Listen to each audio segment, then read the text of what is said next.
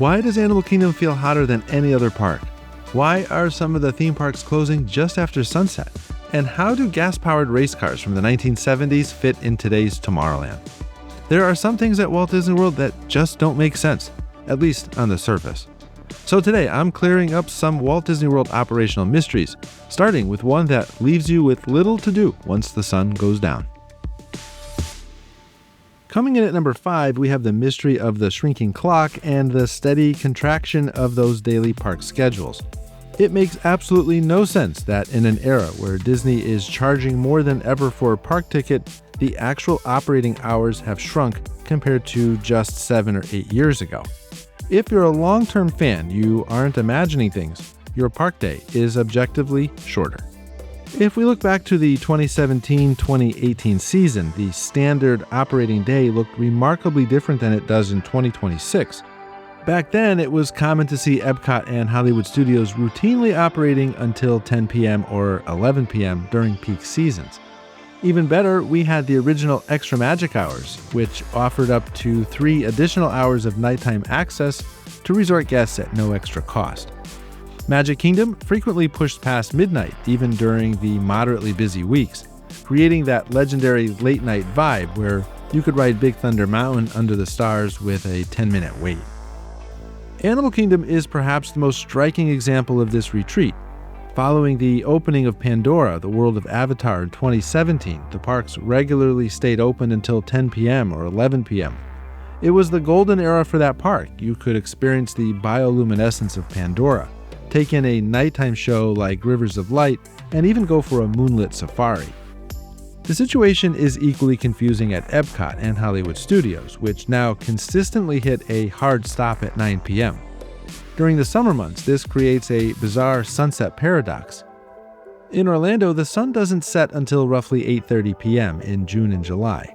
If the park closes at 9 p.m., you effectively have 30 minutes of nighttime in the park. If you are hoping to enjoy the neon glow of Toy Story Land or a quiet stroll through World Showcase without the Florida sun beating down on you, you're simply out of luck, unless you're willing to pay. Disney will often tell you this is about staffing efficiencies or maintenance windows, but the data points to a more calculated strategy, the monetization of the night. Disney has realized that those missing evening hours are actually a valuable secondary product. By ending the standard park day early, they can clear the parks and sell those same hours back to you as after-hours, hard-ticketed events, often costing $150 plus per person, or extended evening hours reserved exclusively for guests staying at high-end deluxe resorts. But even with fewer park hours on the clock, there's one land in particular that can feel like a confusing identity crisis on the surface. And for that, we move on to number 4. At number 4, we step into the Tomorrowland paradox, where the future of yesterday is currently fighting a battle with its own identity. Once you've successfully transitioned into the magic and made your way through the central hub, you inevitably find yourself walking under the gleaming spires of Tomorrowland. And it's here that we encounter one of the most frustrating design paradoxes in all of Walt Disney World. It makes no sense, at least on paper, that a land dedicated to the great big beautiful tomorrow is anchored by 1950s-style gas engines and a collection of monsters who live in a closet. But when you look at it through the lens of Imagineering, Tomorrowland isn't just about the future, it's about wish fulfillment. Take the Tomorrowland Speedway, for example. For years, fans have wondered why we still have loud, vibrating gas engines belching exhaust in the middle of a futuristic land. The answer is actually quite sweet. It's for kids. Since 1971, this has been one of the places on Earth where a 7-year-old, who is still a decade away from a driver's license, can finally get behind the wheel. The noise and the vibration of those engines makes a child feel like they are actually operating a powerful machine. It's not about the future of transportation, it's about the future of the person driving.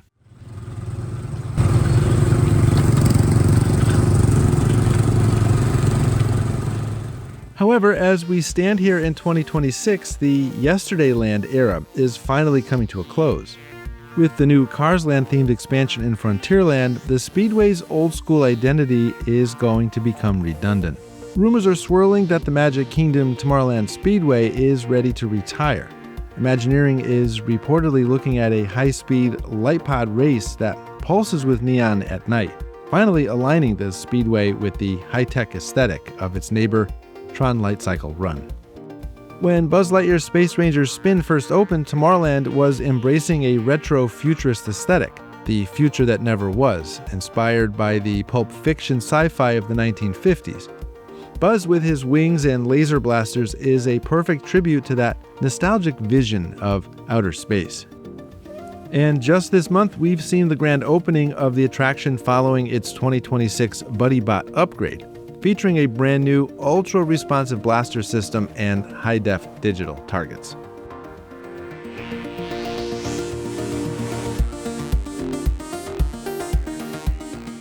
And then there's the Monsters, Inc. laugh floor. While it might seem odd to have monsters in Tomorrowland, the Imagineering story behind it is a clever nod to clean energy. The premise is that Monstropolis has moved past scream power and is now harvesting human laughter as a renewable resource. They've placed a teleportation door in Tomorrowland to show us that the future of energy isn't just about solar panels, it's about the power of joy. Tomorrowland proves that even as technology changes, the things that make us smile, driving a car, playing a game, or sharing a laugh, are the things that stay the same. And while the Magic Kingdom might struggle a little with Tomorrowland themes, this next is a part that struggles with empty spaces hiding in plain sight. At number 3, we have the mystery of unfinished attractions at Epcot. If you look at World Showcase today, you see a massive logistical imbalance. You have sprawling, beautiful pavilions like Italy, Germany, and Japan that have zero moving ride systems. I think this happened because of the original sponsorship model. In the early days, these pavilions were largely funded by foreign governments or corporate entities. If a sponsor didn't want to foot the massive bill for a high-maintenance ride system, the pavilion simply didn't get one. And this creates a massive clustering effect. Everyone is jammed into the lines for Frozen Ever After in Norway and Remy's Ratatouille adventure in France, while the middle of the loop, pavilions like Italy, become just an expensive place to walk. For a first-time guest, the expectation is high. You see the campanile of St. Mark's Square, and you expect a journey into the heart of Venice. But instead, you get a retail shop and a restaurant. The lack of rides makes even less sense when you realize that several pavilions were built to house attractions that sit abandoned today. If you walk into the back of the Germany pavilion toward the beer garden, you'll see a large boarded-up set of double doors. To the casual observer, it looks like a storage closet or a nice mural. In reality, it was the entrance to the Rhine River Cruise attraction. Today, the show building is a massive multi-thousand square foot ghost space used for storage and rehearsals.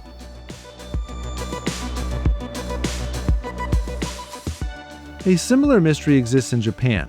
If you look at the fortress-like structure of the White Heron Castle that towers over the pavilion, you are looking at a shell for an attraction that never breathed. Originally, this was slated to house Meet the World, a revolving theater show in the pavilion. And then later, Imagineers proposed a Mount Fuji roller coaster that would have featured high-speed bullet trains racing through the mountain. That project famously fell victim to a sponsorship conflict with Kodak, who was a major Disney partner at the time. But as they say at Imagineering, no good idea ever goes away for good. Moving on to number 2, we explore the Great Buffer and the high-minded reasons behind the Transportation and Ticket Center. If you drive to Magic Kingdom, you're going to face the single most iconic and often controversial logistical design in theme park history. I'm talking about the Ticket and Transportation Center, or the TTC. You can't simply walk from your car into the Magic Kingdom. You'll need to park a mile away and take a ferry or monorail to the entrance gate. The existence of the TTC is one of the most romantic and high-minded decisions Walt Disney and his team of master planners ever made. Walt was determined to ensure that his Florida project felt entirely separate from reality. He didn't just want a theme park, he wanted a kingdom that was physically and mentally removed from the real world. The Seven Seas Lagoon wasn't just a landscaping choice, it was designed to act as a transition zone. The beauty of the TTC model is that it creates a forced palate cleanser for the brain. By placing the parking lot on the other side of the water, Disney is effectively inviting you to leave the real world behind. As you glide across the water, you aren't just arriving at the park, you are being transported into a story. But in 2026, maintaining that 1971 vision for a 21st century crowd is an enormous task. As a fan, I'll admit there is still something incredibly special about that ferry ride, but we have to acknowledge the math. Disney has realized that while the transition zone is beautiful, it can't become a gridlock zone. It's the only place in the world where the commute itself is a cherished part of the experience, a slow-motion introduction to the most popular park on Earth. It makes no sense to a modern urban planner who wants efficiency, but it makes perfect sense to an artist who wants to protect Walt Disney's dream. Just remember, when you're standing in a long line for that ferry or monorail at 9 a.m., you aren't just waiting for a boat or monorail, you're crossing the threshold into another world.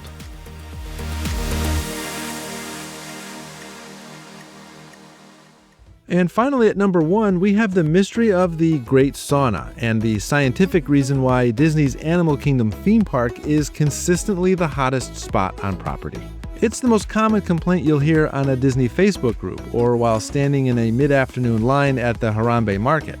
Why does Animal Kingdom feel so much hotter than everywhere else?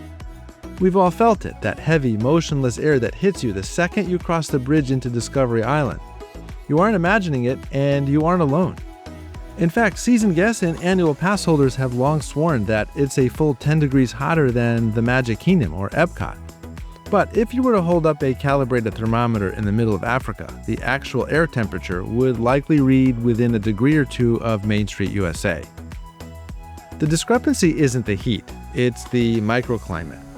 Animal Kingdom is home to over 3,000 species of plants and more than 4 million trees and shrubs. This wasn't an accident. Lead Imagineer Joe Rohde designed the park to be a living landscape where the architecture is often secondary to the foliage. However, that immersion comes with a biological cost. All that lush greenery is constantly performing a process called transpiration. Essentially, plants breathe out water and vapor through their leaves. In a standard park like Magic Kingdom, the open corridors allow for airflow and heat dissipation. But at Animal Kingdom, that extra moisture is trapped by a dense, multi-layer canopy. This canopy acts like a thermal blanket. And as a result, the heat index and humidity spike significantly. Making matters worse is the exposure factor. Animal Kingdom has the highest percentage of outdoor attractions of any Disney park. Think about the heavy hitters. Kilimanjaro Safaris is a 20-minute journey in an open-air truck through the savannah.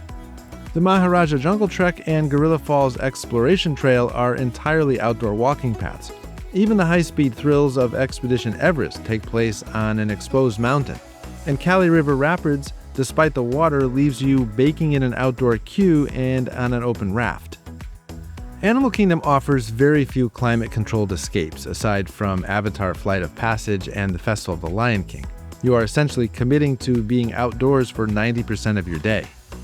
I love the immersion of this park. From a design standpoint, it's arguably the most beautiful and detailed theme park in the world. But it makes 2 p.m. in July feel like the hottest place in Florida. Thanks for watching today. Here's another video coming up that offers an inside the parks look at the magic behind Walt Disney World. It's coming up right now, and I'll see you over there.